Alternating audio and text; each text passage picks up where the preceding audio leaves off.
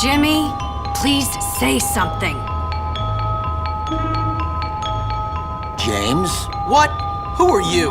Mom, I thought you told me never to talk to strangers. Like I said before, Jimmy, please be nice to your new stepfather.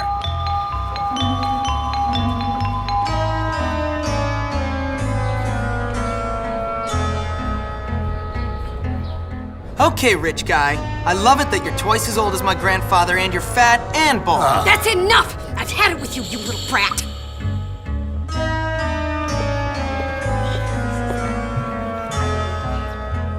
You've upset your mother.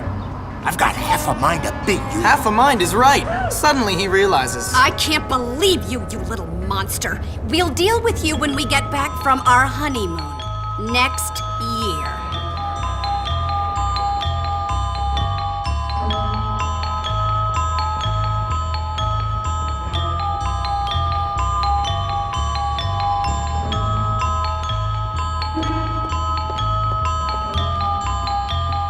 Here we are, boy. Bullworth Academy.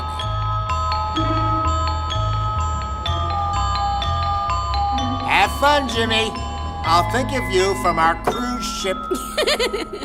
Whatever.